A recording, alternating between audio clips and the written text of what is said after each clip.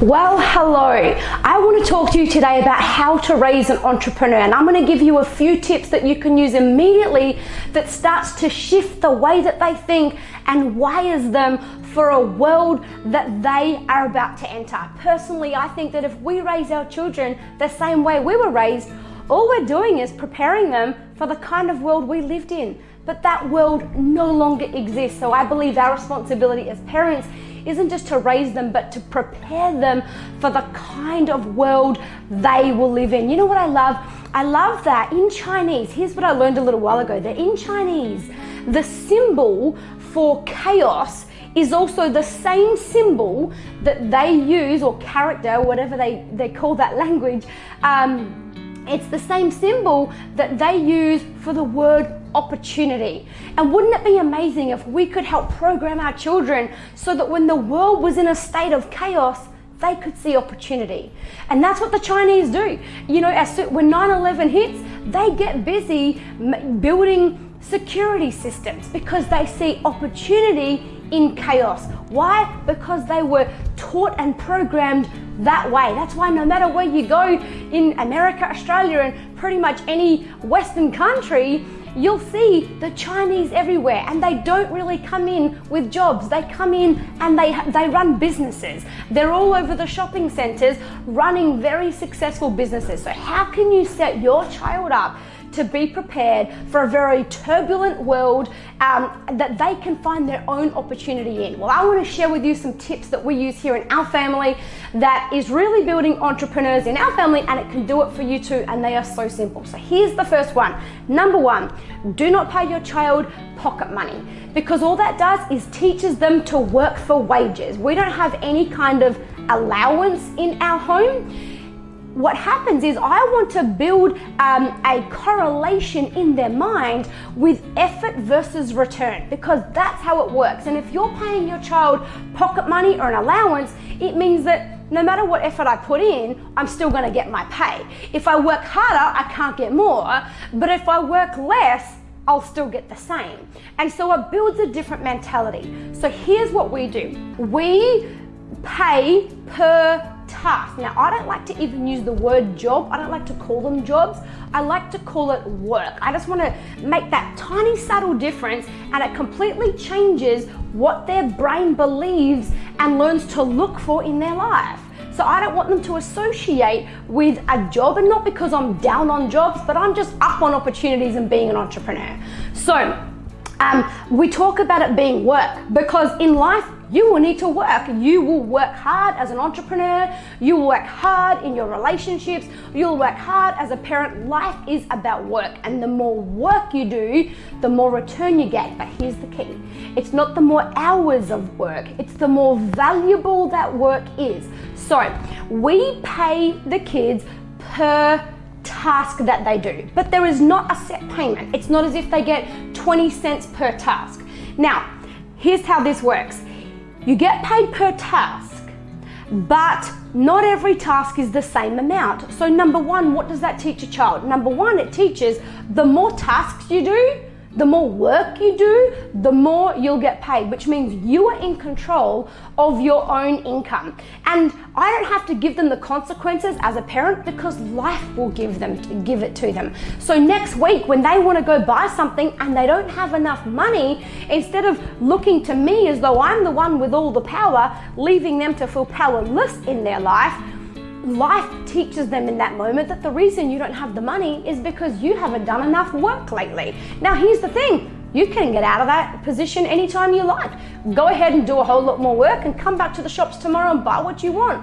But you need to find the opportunities yourself. So here's the difference between a job mentality and an entrepreneur's mentality is an entrepreneur knows how to identify their own opportunity. Whereas with a job mentality, you wait for the boss to tell you what to do, and you're not really too often willing or incentivized to do more than what you get told to do. So how this works in our house is this. If I have to ask you to do something, you either won't get paid for that, or if you do, you'll get paid a whole lot less. But if you can use your initiative, and if you can go looking through the house for things that you can see need to be done that would add value to my life or to the household or the family, then you will get paid for those things, and you'll get paid more for them because you used your initiative and you found it. So what it teaches the child is to look for opportunities where their effort and their work can provide value for somebody else. Because when you can find a way to serve the masses and to provide a need that they have, you'll never be without money your entire life. So the second thing is, I believe negotiation is the most important life skill. I mean, life is a game of influencing. You influence your partner to love you, you influence your boss to pay you or to give you a job, whether that be on your resume or in an interview. You even need to influence your dog to sit. So influence is key, and negotiation and knowing your own worth is the foundation of your ability to have an influence. And so what I do with my children is I pay them more if they negotiate, and according to their ability to negotiate. But I don't want to just give. I also want them to learn life lessons. And guess what happens in life? Sometimes life rejects you. Sometimes no matter how much you believe you're worth, someone else says no. And that hurts. In fact, it hurts so much that most adults have completely given up on their dreams so long ago simply because we wanted to avoid that feeling. So my philosophy is, darling, I want you to experience that feeling so much, so often while you're at home and you're loved and you're safe, that you know how to handle that like a boss, and it never holds you back from being able to chase down one of your dreams. So here's what happens. Our kids will go find a job. Hey mum, I think the washing needs done. Mum, I'll unpack the dishwasher. Okay, they come to me with what they think it's worth. They'll say, oh, well, if I do that, will you pay me 20 cents? And I'll go, well, no, it's gonna take you about 3 minutes. I'll pay you 10 cents. You need to tell me why you think it's worth 20. And don't ever just have the same price. Don't charge me 20 cents just because your sister charged me 20 cents last time, because if you can influence me right now, then I'm willing to pay you more. And what will happen is, and look, I'll give you an example. My 10-year-old just a few months ago said, I'm gonna wash the car. She said, I'll do it if you pay me $3. I said, $3? Last time you charged me $1.50. I mean, fair enough, you've got a bit of a price increase, but you can't double your price. How on earth do you justify that? She said, well, firstly, the car's more dirty this time, and it's going to require a whole lot more effort. Secondly, I actually can't be bothered doing it, but you said you wanted it done, so I'm prepared to do something I really don't want to do. Thirdly, it's a pretty hot day, it's going to take a whole lot more effort, and I'm going to get dehydrated afterwards, is what she said. I said, you know what? Here's the deal. I'm going to pay you $3. Not because I think the job's worth $3. I think maybe at best I'd stretch to $2 on that, but I'll pay you an extra $1 for how well you presented your argument to me. And then when she finished the whole entire, job, I actually paid her an extra 50 cents just because of the attitude that she did it with, and the fact that, so I'm rewarding them for things that I want them to develop as part of their character as they go through life. So don't pay your kids pocket money, or because it teaches them to work for wages. Pay per task or per job, if you like. Don't pay them the same amount. Every single time they do something, it's different, and pay them more to negotiate. Encourage them to negotiate and to know their worth, and to, understand the value that they're being able to provide. Now, once the child then earns money, so they're looking for opportunities themselves, they're using initiative, they're seeing where they can make a difference somewhere, and they're putting a dollar figure on their own value in that particular moment. Now, what do they do with their money? So I want to share with you what we do in our family with money. And actually, wait a second, I'm going to show you for real what we do in our family. Give me 1 second. My daughter's home. She's about to go to a dance competition. I'm going to call on her and I'm going to show you for real what we do. Amani, could you come here, darling, and could you bring all of your money tins that you've got? Could you bring them all here? So I help the kids break down the money they earn so that we're building wealth principles in their mind, so they don't just spend every dollar they've got, because that's the reason most people are broke, right? So what do you do and how do you do this? You got them all? Hello. So as I said, she's about to go to a dance competition, so she's all ready to go. Okay, so Money, just explain to everyone you've got like 1, 2, 3, 4, 5, 6 different jars here. Let's quickly go through them. 7. Okay, so this one here is called blow money, right? And it says on the top 25%. What does that mean? So like whatever I earn, 25% of the money I earn goes into this account. Like Okay, and what does blow mean? It means like, so I have to spend the money in that month. So it's just to blow on whatever we want, even if it's stupid. Okay, so even if it's something crazy silly that I would normally say, oh my gosh, you're wasting your money, that's like go and have fun, don't even think about it kind of money. Yeah. And because she's only spending 25% of it, she can blow the money in this and not feel any kind of guilt, any kind of, oh, I really shouldn't be buying this. None of that, which builds a positive association with money and helps her feel and helps all the kids feel that they are completely abundant, that no matter what I spend today, I always have more. Okay, so it builds abundance mentality. Okay, so this one here says give, and inside doesn't have a lid, so it says 5%. What does that mean?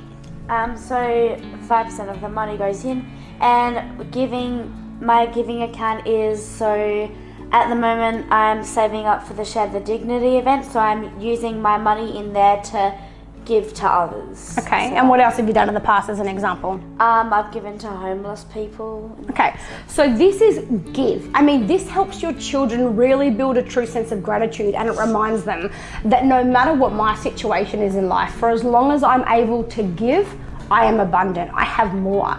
And it helps them appreciate and build true human connection about the difference their life is able to make on somebody else. So 5% of everything they earn, they completely give to some kind of cause that's close to their heart. Okay, so then what's this one here? We've got here, what's this one? Short-term savings, and it says 20%, right? So what does that mean? What's short-term saving mean? Okay, short-term saving means anything. So 20% of my money goes in here, and so it's the money I spend out of this is $500 or below. Okay. And so like I've been saving up in this one to get an Apple Watch, which I have just gotten the enough, so I'm getting it today, but like. So you're buying an Apple Watch today with all of your own money. So you've got $500 from out of this particular account. Yeah. Okay. But you're not using all your money to go buy an Apple Watch. 25%, and you've still got your other 75% here for other things. Yeah. Okay. That's 20, yeah. And how do you feel about that? Oh, sorry, that's 20%. So short-term savings is, now Amani's got a little business book she uses just to remind herself. So a short-term savings, she's made all her own notes what it's all for. And short-term savings is anything up to $500. So she saves for something big that she wants, but not too big. This one here, what's this one called? Long-term savings, and it says 5%. What does long-term savings mean? This is any money between 5,000 and above, so like saving for like a house or a car in like 10 years or something. So. Beautiful. Saving for a house or a car or something like that in 10 years, 5% of everything goes away and you'll have that available to you. This one here, oh, what is this one called? Bills. Bills, and it says 15%. So what's that? So bills is like, you know, if I need to pay for my phone data, or if something happens and I need to pay a bill for it, I use that money. Okay, like when you broke your phone screen and you had to replace your phone screen. Yeah. Yeah, we didn't pay for that. You did. Okay, now I want to just show you another thing to teach your children. So all over this jar of money, all over all your jars, you've got words like happiness, joy, courage, love, creativity. On the bills, why do you have these things? What do they mean? I put them around there for like positive things because like having different separate accounts is very good, like. Okay, now, so it builds positivity, but here's the thing. Her subconscious mind sees all these words and associates paying a bill with happiness. You see, most of us hate paying bills. Guess what? For the rest of your life, you're going to have bills to pay. So why set up a situation where energetically you resent it every time you need to pay a bill? If you can find happiness and love and courage and joy in paying your bills, can you imagine how good life will feel? It sets them up that way. And then finally, is this the last one? This one's, 2 more. Oh, 2 more. This one's called midterm savings. So it's 10%. What does that mean? What's midterm savings mean? Midterm is anything between $500 and $5,000. So it's like in between short-term saving and long-term saving. Okay, so anything over 500 but under 5,000 is midterm savings. Yeah. Like what example? So like saving up for a phone or a holiday or something like that. Perfect. Okay, beautiful. And lastly, what's this one called? Invest. Oh, this is the invest. Okay, and it's got, invest it says. And it says never give up and live, laugh, love and things like that. And it says 20%. What does invest mean, Amani? Investing is where you use that money and you use that money to make more money. Okay, so can you give everyone an example of just something you're doing at the moment where you'll use your invest money, so you're putting money in, but not to spend or to exchange for a product, but to get more money back. So what's that? Well, I'm about to launch my own like clothing brand, so like activewear, and so it's called Amani J Activewear. So I'll be using that money to start it, and then I'll be giving it back to myself and putting it back in there. You're a superstar. Thank you, darling. You can go now. I appreciate you. Now, here's the thing. Amani just started getting regular work as a babysitter for a friend of mine earlier this year when she was like 11 and a half years old. She's currently 12. So she's only just started doing all of these different percentages ever since she kind of had some regular work and income. Now, before that, what my 10-year-old and my 8-year-old do is we just have 3 jars. So if you've got younger kids, start with 3 jars. And one is 10% for giving, 40% for saving, and 50% for spending. Now, understanding that these kids are earning 20 cents, 50 cents, $1, $2 per job. And so we want them to build a positive association with money and love that they've got money there that they can go and spend. They don't have to do the short-term, long-term, mid-term invest kind of things until they've got more of a regular income coming in. Now, let me share with you a very quick story. My 10-year-old came to me last week and she said, "Mum, I need to find a way to earn 10 bucks. I said to her, "Okay, what do you need 10 bucks for?" And she said, "Because I want to buy one of these squishy balls and it's $5 for the ball. So I have to find $10. I have to earn $10 so that I can spend 5."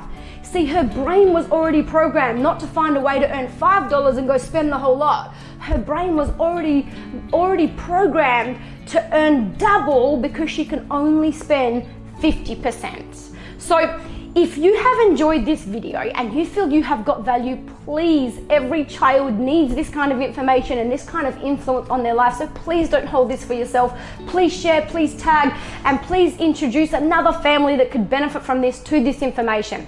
Secondly, if you would like a detail on the whole story of the kind of businesses our girls have, exactly what they do, what kind of money they've earned, how the conversations between me and them have gone when they're in the process of coming up with their idea of setting up their businesses.